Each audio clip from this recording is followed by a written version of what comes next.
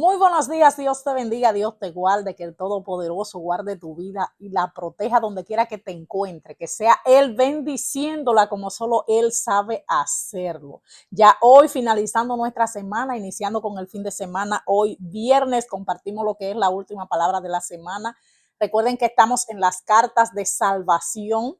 Recordemos que hablamos la semana completa acerca de lo que fue Gálatas, primera y segunda de Corintios, y en el día de hoy vamos a estar hablando acerca de la carta a los romanos. Esta carta también escrita por Pablo, como ya lo sabemos, es una carta donde literalmente para nosotros los cristianos que estamos viviendo un mundo ahora mismo, un evangelio de tanta confusión doctrinal dentro y fuera de la iglesia, esta es una carta que aclara todo ese tipo de cosas. Vemos que el propósito con el que Pablo escribió esta carta fue exponer el tema de la santidad y la justicia de Dios a través del evangelio de la gracia.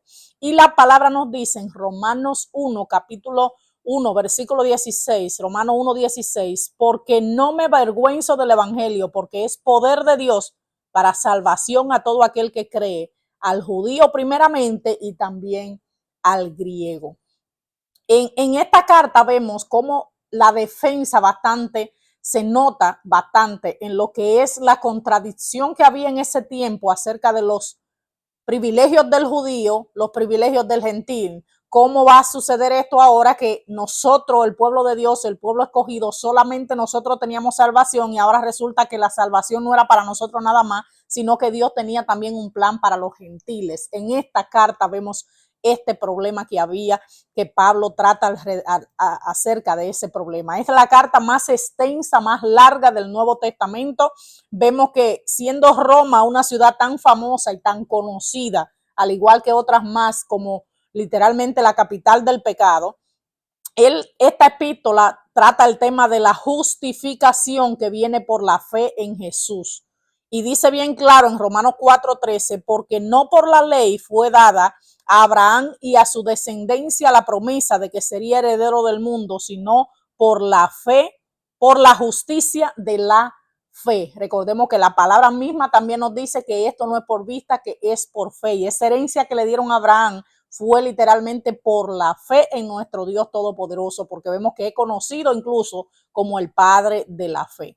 Pablo deja demostrado en esta carta que tanto judíos como gentiles están desprovistos de la santidad y la justicia que Dios demanda. Eso lo puedes ver en Romanos 1, 18 al 32. Te invito a que lo leas. Y como somos desprovistos de esta santidad que Dios demanda, se nos hace necesaria la justicia de Dios para alcanzar la salvación. Necesitamos, volvemos a mencionar, el tema de la justificación por fe. ¿Qué es justificación? Es el proceso mediante el cual nosotros somos aceptos ante el Padre por medio del sacrificio en la cruz del Calvario que hizo nuestro Señor Jesucristo.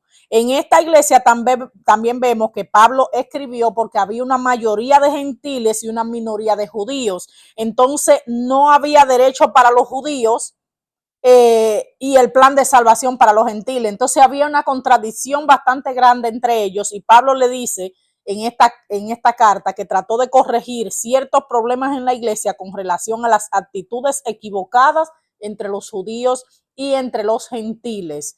Entonces vemos que esto fue lo que pasaba aquí en esta carta. Habla también Pablo de la solución definitiva al problema del pecado, que es nada más y nada menos que nuestro Señor Jesucristo. Él siempre va a ser la solución. Romanos 3:22 lo dice, la justicia de Dios por medio de la fe en Jesucristo para todos los que creen en Él, porque no hay diferencia, le decía Pablo. Esas diferencias que ustedes tienen entre judíos, entre gentiles, entre uno, entre el otro, que si este es salvo, que si este no, que si este se circuncida y el otro no, eso no hay diferencia para nuestro Dios, porque dice que no la hay, dice en Romanos 3:22. También habla aquí en esta carta de la santidad, que somos santos por lo que Jesús hizo por nosotros y en nosotros por el sacrificio en la cruz.